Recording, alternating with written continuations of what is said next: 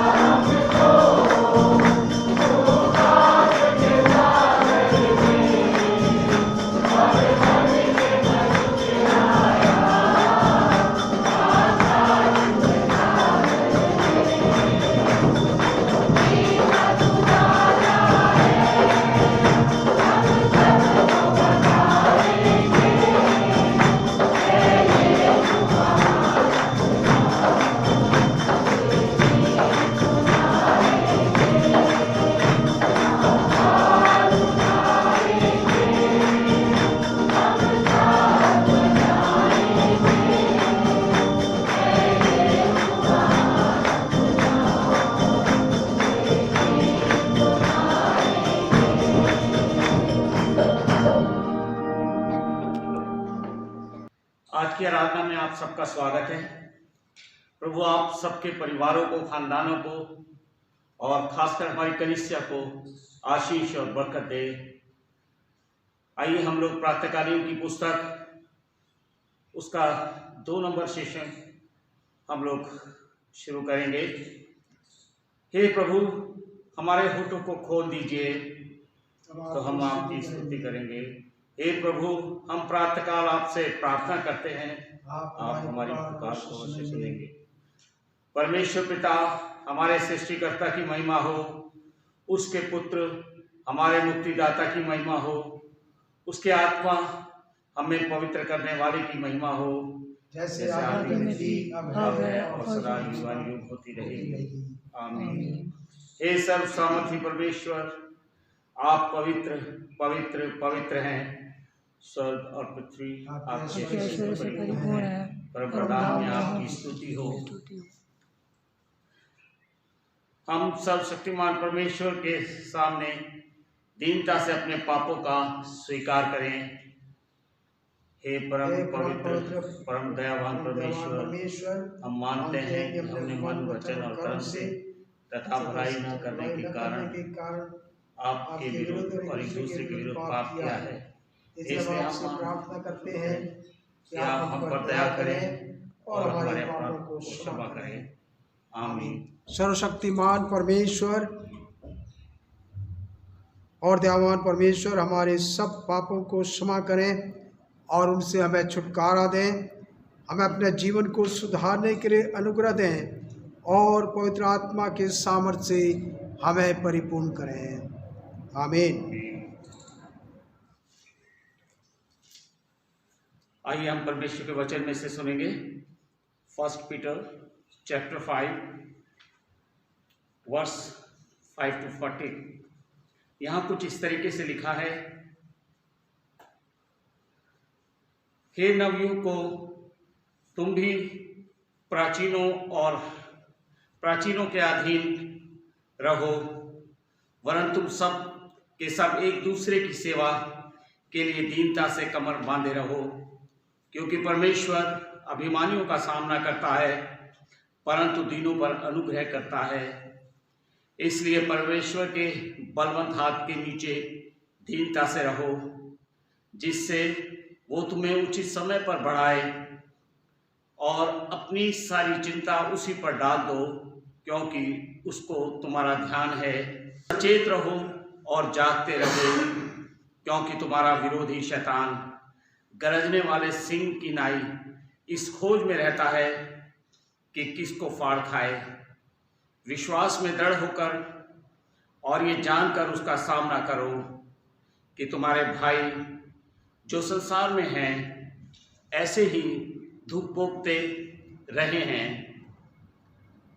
अब परमेश्वर जो सारे अनुग्रह का दाता है, जिसने तुम्हें मसीह में अपनी अनंत महिमा के लिए बुलाया, तुम्हारी थोड़ी देर तक दुख उठाने के बाद आप ही तुम्हें सिद्ध और स्थिर और बलवंत करेगा। उसी का साम्राज्य युगानुयुग रहे। आमीन। मैंने सिलवानास के हाथ, जिसे मैं विश्वास योग्य भाई समझता हूँ, संक्षेप में लिखकर तुम्हें समझाया है कि ये गवाही दी है कि परमेश्वर का सच्चा अनुग्रह यही है। इसी में स्थिर रहो। जो बाबुल में तुम्हारी नाई चुने हुए लोग हैं, वो और मेरा पुत्र मरकुस तुम्हें नमस्कार कहते हैं। प्रेम से चुंबन ले लेकर एक दूसरे को नमस्कार करो। तुम सबको जो मसीह में हो शांति मिलती रहे। ये परमेश्वर का जीवित वचन है। परमेश्वर का धन्यवाद। आमीन। आइए मसीह की इंजील से सुने जो पाया जाता है यूहन्ना की इंजील, उसका 10वां अध्याय, उसकी 11 से 18 आयतें। यहाँ पर ये लिखा है, अच्छा चरवाहा मैं हूँ। अच्छा चरवाहा भेड़ों के लिए अपना प्राण देता है। मजदूर तो जो न चरवाहा है और न भेड़ों का मालिक है, भेड़ियों को आते देख भेड़ों को छोड़कर भाग जाता है और भेड़िया उन्हें पकड़ता और तितर बितर कर देता है। वह इसलिए भाग जाता है कि वो मजदूर है और उसकी भेड़ों की चिंता नहीं। अच्छा चरवाहा मैं हूँ, मैं अपनी भेड़ों को जानता हूँ और मेरी भेड़ें मुझे जानती हैं, जैसे पिता मुझे जानता है और मैं पिता को जानता हूँ, और मैं भेड़ों के लिए अपना प्राण देता हूँ। मेरी और भी भेड़ें हैं जो इस भेड़शाला की नहीं, मुझे उनका भी लाना अवश्य है। वे मेरा शब्द सुनेंगी, तब एक ही झुंड और एक ही चरवाहा होगा। पिता इसलिए मुझसे प्रेम रखता है कि मैं अपना प्राण देता हूँ कि उसे फिर ले लूँ। कोई उसे मुझसे छीनता नहीं, वरन मैं उसे आप ही देता हूँ। मुझे उसके देने का भी अधिकार है और उसे फिर से लेने का भी अधिकार है। यह आज्ञा मेरे पिता से मुझे मिली। ये मसीह की इंजील है। ऐ मसीह तेरी तमजीद हो। आसमानी बाप, हम आपके शुक्रगुजार हैं आपके वचनों के लिए जो हमारे सामने पढ़े गए। काश खुदावंदा कि हम उनको समझ पाते और आप ही की राह पर चलते, आपकी आवाज़ को सुन पाते। तो हम सबों की अगुवाई करें कि हम आपकी धीमी से धीमी आवाज़ भी सुनने पाएँ और आपके पीछे चलते हुए दुनिया में आप ही के नाम की चर्चा इस कदर से फैला दें ताकि हर एक शख्स जानने और समझने पाए कि यीशु नासरी ही हमारा मुक्तिदाता है। तो आप इन वचनों के माध्यम से हमें आशीष प्रदान करें। यीशु ख्रिस्त के जीवित और सामर्थी नाम पर मांगते हैं, सुने और कबूल करें। आमीन। परमेश्वर का धन्यवाद करते हैं आज के दिन के लिए जो खुदा ने हमें मौका दिया कि इस ऑनलाइन सर्विस में हम उसकी महिमा करें और इसी के माध्यम से हम आपका स्वागत करते हैं। आप इसका हिस्सा बने और लगातार परमेश्वर की महिमा के लिए अपने अपने घरों में बैठकर उसकी आराधना करते रहें और निरंतर प्रार्थना करते रहें कि इस महामारी से हर एक को छुटकारा मिले और परमेश्वर जो सारी चीज़ों को नियंत्रण में रखने वाला है वो हमारी सहायता करे कि हम भी इस महामारी से बचे रहें। आज पुनरुत्थान पर्व के बाद का तीसरा रविवार है और परमेश्वर ने हमें ये मौका दिया है कि हम उसकी आराधना करें। उसके जी उठने के दिन में उसको स्मरण करें कि प्रभु यीशु मसीह ने कैसे दुख उठाए और हम सबों के लिए अपनी जान कुर्बान करके मुर्दों में से जी उठे और हम उनके शुक्रगुजार हैं कि बहुतों को उन्होंने दिखाई देकर इस बात को साबित किया कि परमेश्वर का प्रेम उनके जीवन से कार्य करे। तो आइए हम आपका स्वागत करते हुए इसमें आप शामिल हो कि परमेश्वर की अद्भुत आशीष जो हमारे जीवन में परमेश्वर ने दिया है उसको हम प्राप्त करें। हमारे अनुग्रहकारी दयालु परमेश्वर, हम आपका शुक्र करते हैं कि आपने इस जीवन में अद्भुत कार्य के लिए हम सबों को जिंदा रखा है और अपनी रोशनी पे हमें लिए चल रहे हैं। और आज का विशेष दिन जो हमारे लिए दिया गया है, हम उसके लिए धन्यवादी हैं खुदावंदा कि आपने ऐसा वातावरण हमारे सामने रखा है, महामारी का वातावरण। फिर भी धन्यवाद के साथ हम आपकी बड़ाई करते हैं कि हम इसी वक्त प्रभु से जुड़ जाएं और परमपिता परमेश्वर की अद्भुत आशीष को निरंतर अपने जीवन में देखने पाएं। खुदादेश मसीह जो महान चरवाहा हैं भेड़ों का, हम आपकी भेड़ें हैं, इसके लिए हम आपका धन्यवाद करते हैं। तो प्रत्येक व्यक्ति को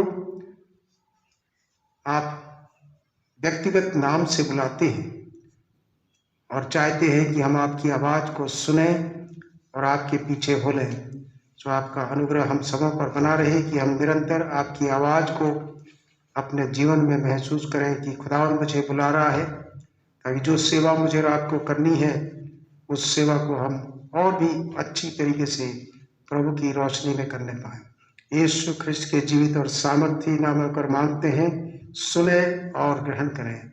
आमीन। आज के मनन के लिए यूहन्ना रचित सुसमाचार उसका 10वां अध्याय और उसकी 1 से 18 आयतें यहाँ पर दी गई हैं। और बेहतर होगा कि आप उसको जरूर अपने घरों में पढ़ें। शुरू की कुछ आयतें मैं पढ़ दूंगा। यीशु ने कहा, मैं तुमसे सच सच कहता हूं कि जो कोई द्वार से भेड़शाला में प्रवेश नहीं करता परंतु किसी दूसरी ओर से चढ़ जाता है, वह चोर और डाकू है। परंतु जो द्वार से भीतर प्रवेश करता है वह भेड़ों का चरवाहा है। उसके लिए द्वारपाल द्वार खोल देता है और भेड़ें उसका शब्द सुनती हैं और वह अपनी भेड़ों को नाम लेकर बुलाता है और बाहर ले जाता है। जब वह अपनी सब भेड़ों को बाहर निकाल चुकता है तो उनके आगे आगे चलता है और भेड़ें उसके पीछे पीछे हो लेती हैं, क्योंकि वे उसका शब्द पहचानती हैं। परंतु वे पराये के पीछे नहीं जाएंगी परंतु उससे भागेंगी, क्योंकि वे परायों का शब्द नहीं पहचानती।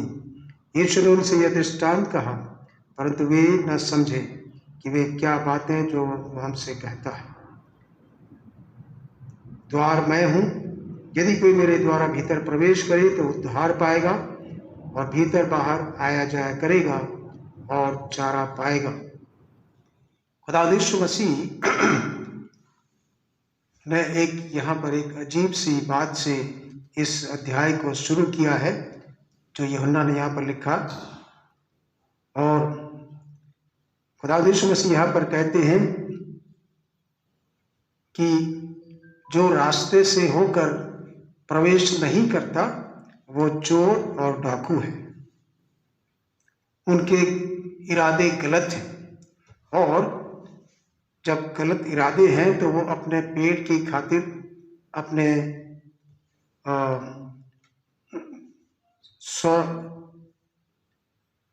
स्वेच्छा को पूरी करने के लिए इसमें शामिल होते हैं। तो अपनी लालसाओं की खातिर वो परमेश्वर के कार्य में लग जाते हैं और खुदा ने उन्हें चोर और डाकू ठहराया, क्योंकि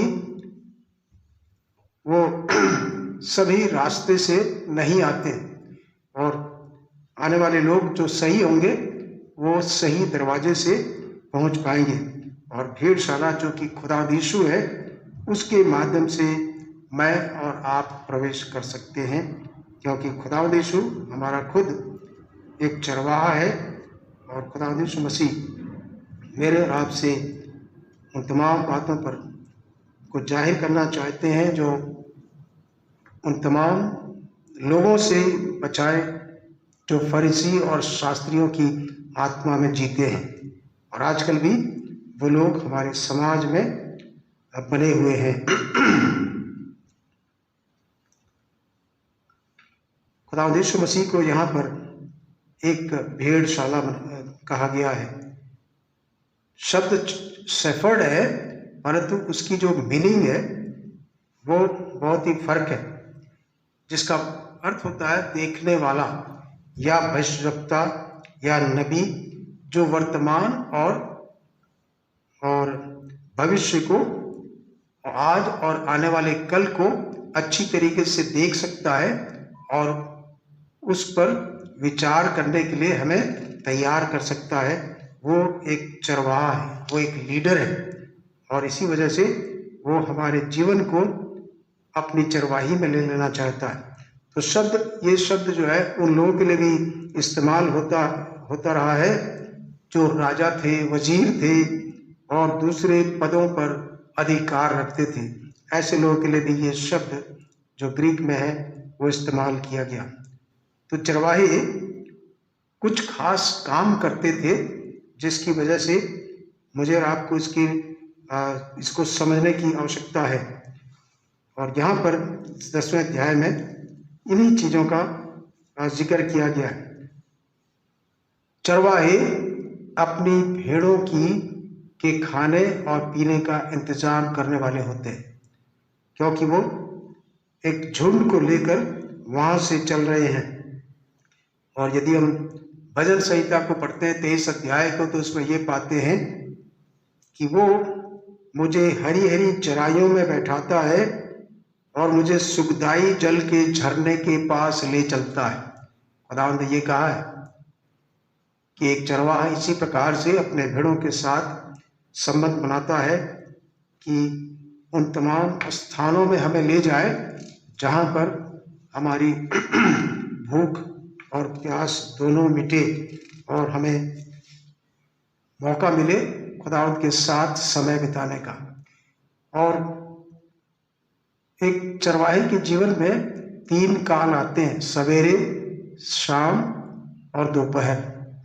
सवेरे वो ले जाता है, उनको अच्छी अच्छी चरागाह में बैठाता है और वो उनके साथ समय बिताता है। और दोपहर को वो ऐसी जगह उनको लीड करता है जहाँ पर छाँव हो, उस जगह पे जहाँ पर वो बैठकर थोड़ी जुगाली करें और थोड़ा रेस्ट करें। और शाम को फिर वो उनको अपने पीछे ले आता है कि वो सही समय पे अपने घर को पहुंच सकें। और ये तीनों चीज़ें एक चरवाहे की सोच के अनुसार होता है। तो एक पिता मेरे और आपके लिए भी यही करते हैं। जो हमारे माँ बाप हैं वो भी अपने बच्चों की देखभाल करते हैं, हमारे लिए खाने पीने का उपयोग करते हैं, तमाम प्रबंध करते हैं, उनकी ज़रूरतों को पूरी करते हैं। तो पिता भी एक तरीके से चरवाहा बन जाता है परिवार का। क्योंकि वचन में लिखा है कि ऐसा कौन पिता है जिसका बच्चा रोटी मांगे तो उसे पत्थर देगा, ऐसा कोई नहीं है।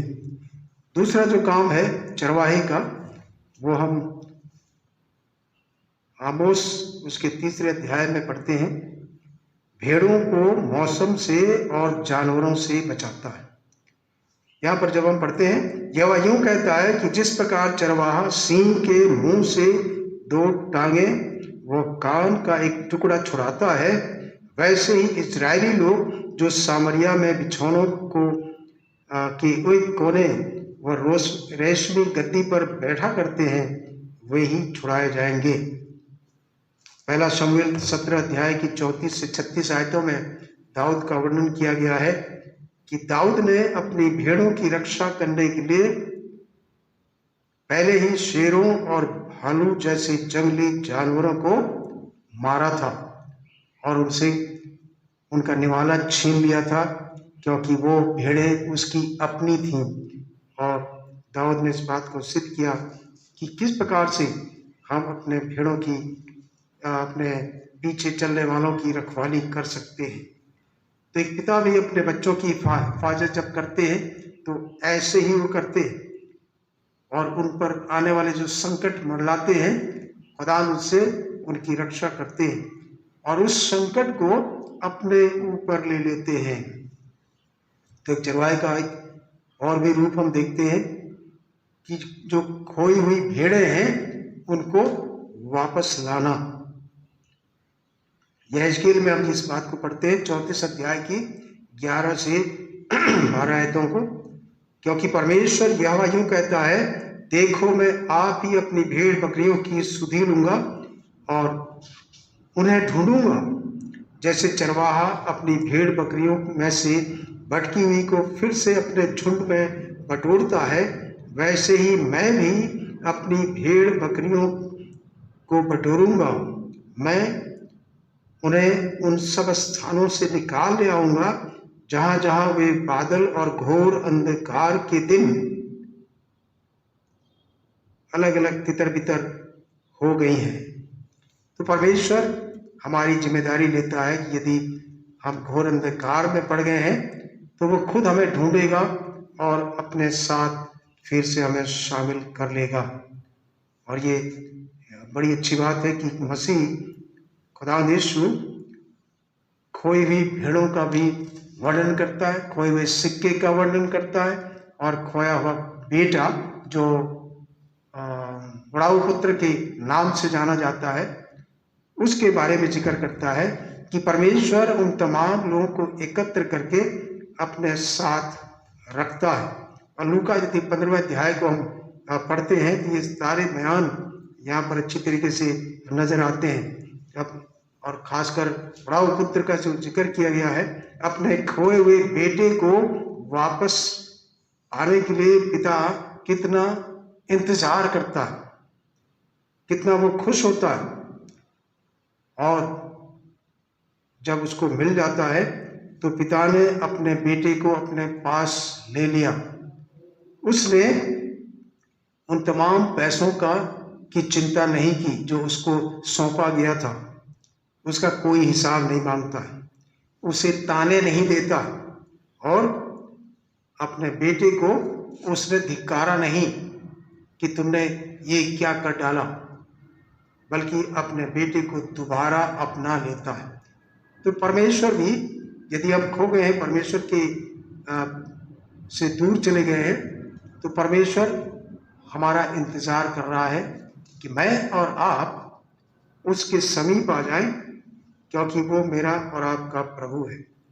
और ये सब कुछ, जैसे आदम उस महिमा से बाहर हो गया था, परमेश्वर ने अपने योजना के अनुसार खुदावंद यीशु मसीह को इस दुनिया में भेजा कि वो आदम फिर से वापस आ सके परमेश्वर की महिमा में, और उस महिमा को फिर से प्राप्त करने पाए। तो ये परमेश्वर का अजीब उपाय है कि खुदावंद यीशु मसीह के त्याग और बलिदान के द्वारा से ये सब कुछ संभव हो पाता है।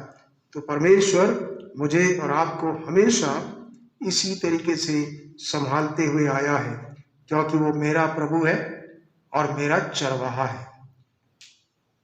और यदि हम इस्राएलियों के बारे में पढ़ते हैं तो जंगल में 40 साल तक उनके लिए परमेश्वर ने खाने और पीने की व्यवस्था की, उनके आराम की व्यवस्था की, उनके सुख सुविधा का ख्याल रखा, उनका इंतजाम किया। फिर भी ये इजरायली कौम बड़बड़ाते रहे। तो यहोवा ने उन्हें इस तरीके से खतरों से बचाया और दूसरे देश की सेना से भी उनको जय दिलाया, उनको बचाकर रखे रहा।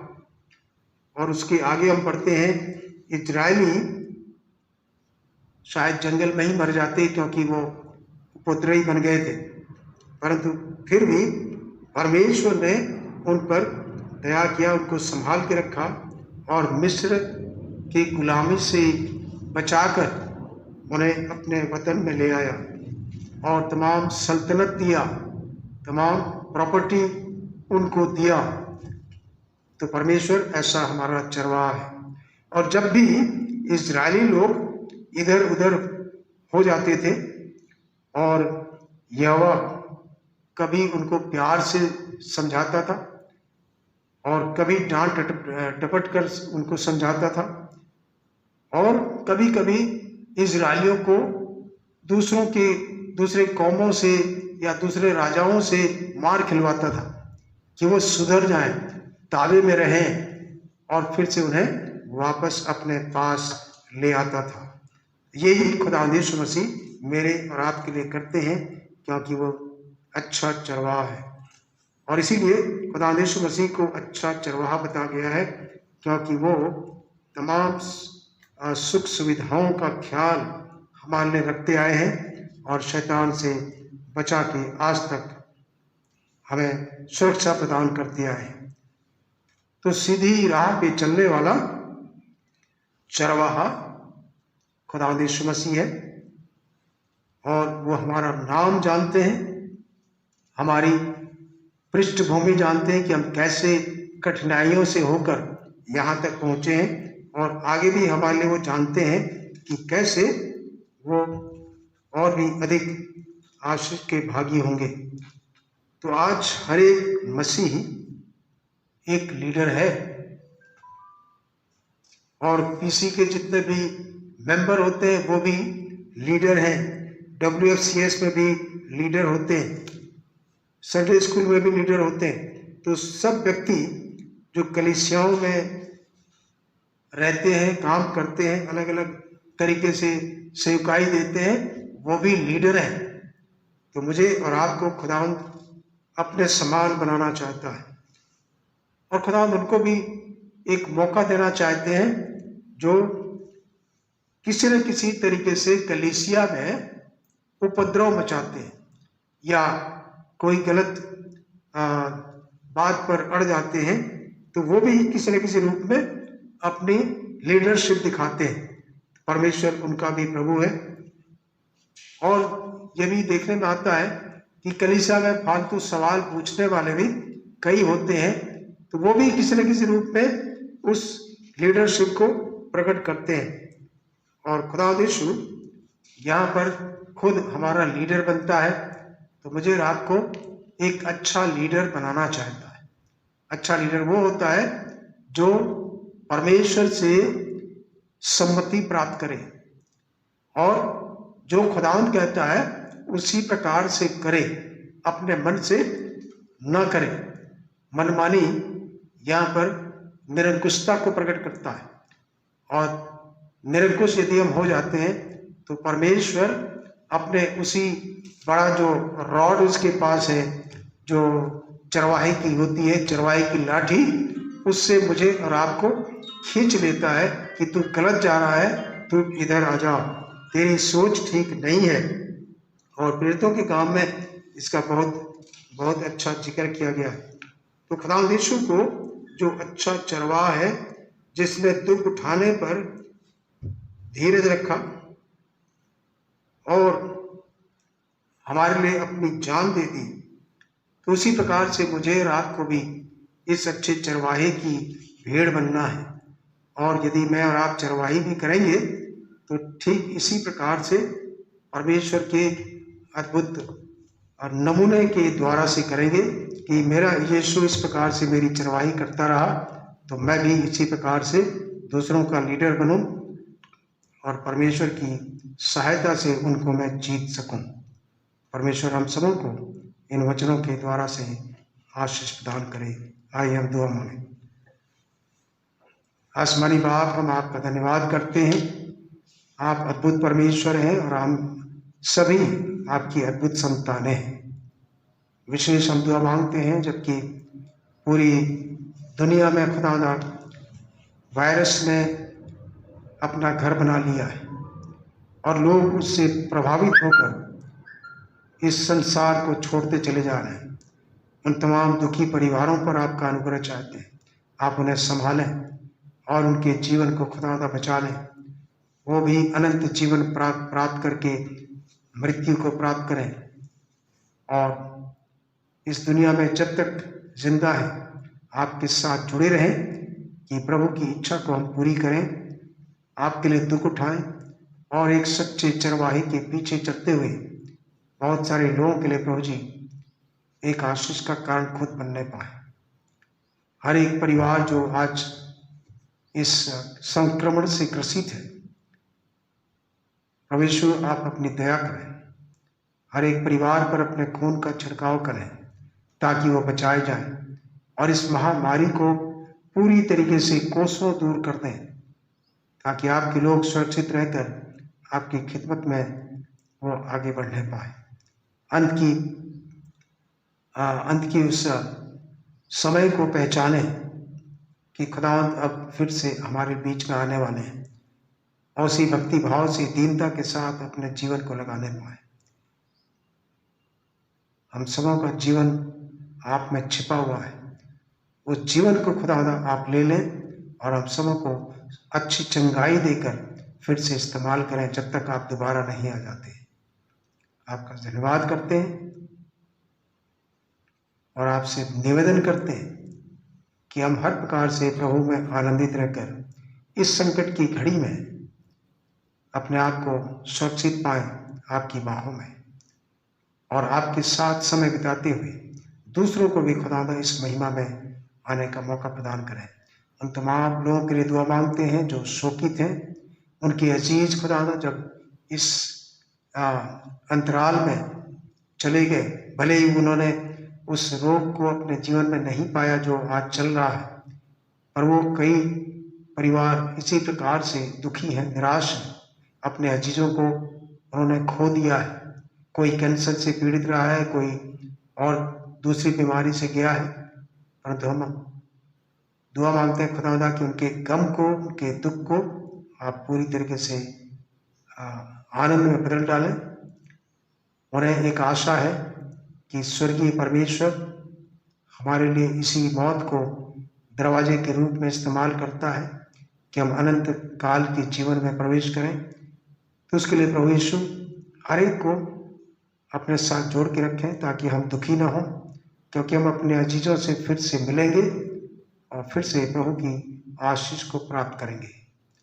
अनंत काल में हम उन्हें देखने पाएंगे और परमपिता परमेश्वर के राज्य का आनंद उठाएंगे, जो हम सबों की अगुवाई करें, क्योंकि ये सब कुछ हम आप ही के बेटे अपने उद्धारकर्ता यीशु ख्रिस्ट के जीवित और सामर्थी नाम में होकर मांगते हैं, सुने और ग्रहण करें। आमीन। हम सब प्रभु की प्रार्थना में शामिल होंगे। हमारे बाप तुझे आसमान में है, तेरा नाम पाक माना जाए, तेरी बादशाहत आए, तेरी वजह आसमान में पूरी होती है, जमीन पर भी हो। हमारी रोज की रोटी आज हमें दे, हमारे कसूरों को माफ कर जिस तरह कसूरों को माफ करते हैं। हमें आजमाइश में न पड़ने दे, बल्कि बुराई से बचा, क्योंकि बादशाह कुदरत तो चला अब तक तेरा है। आमीन। हमारे खुदा यीशु मसीह का फजल, खुदा बाप की मोहब्बत और पाक रूह की रिफाकत और शराकत जैसे इब्तिदा में थी अब भी हो, और हम सबों के साथ खुदा यीशु मसीह के दूसरे आगमन तक बनी रहे। आमीन। आमीन।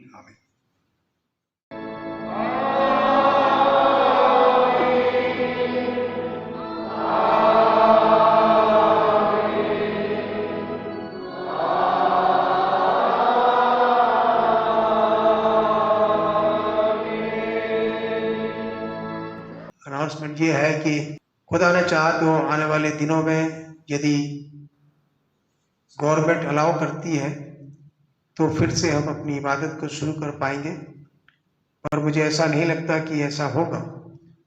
तो इसी भांति हम हर इतवार को ऑनलाइन सर्विस करेंगे, और मैक्सिमम आपसे दरख्वास्त है कि इन वीडियोस को जरूर आप देखें अपने परिवार के साथ, और उन तमाम लोगों के लिए भी प्रार्थना करते रहें जो किसी न किसी रूप में गमज़दा हैं और उनके घरों में परेशानियां हैं, और विशेष रीति से कोविड-19 से जो ग्रसित हैं उन परिवारों को प्रार्थना में याद रखें। धन्यवाद।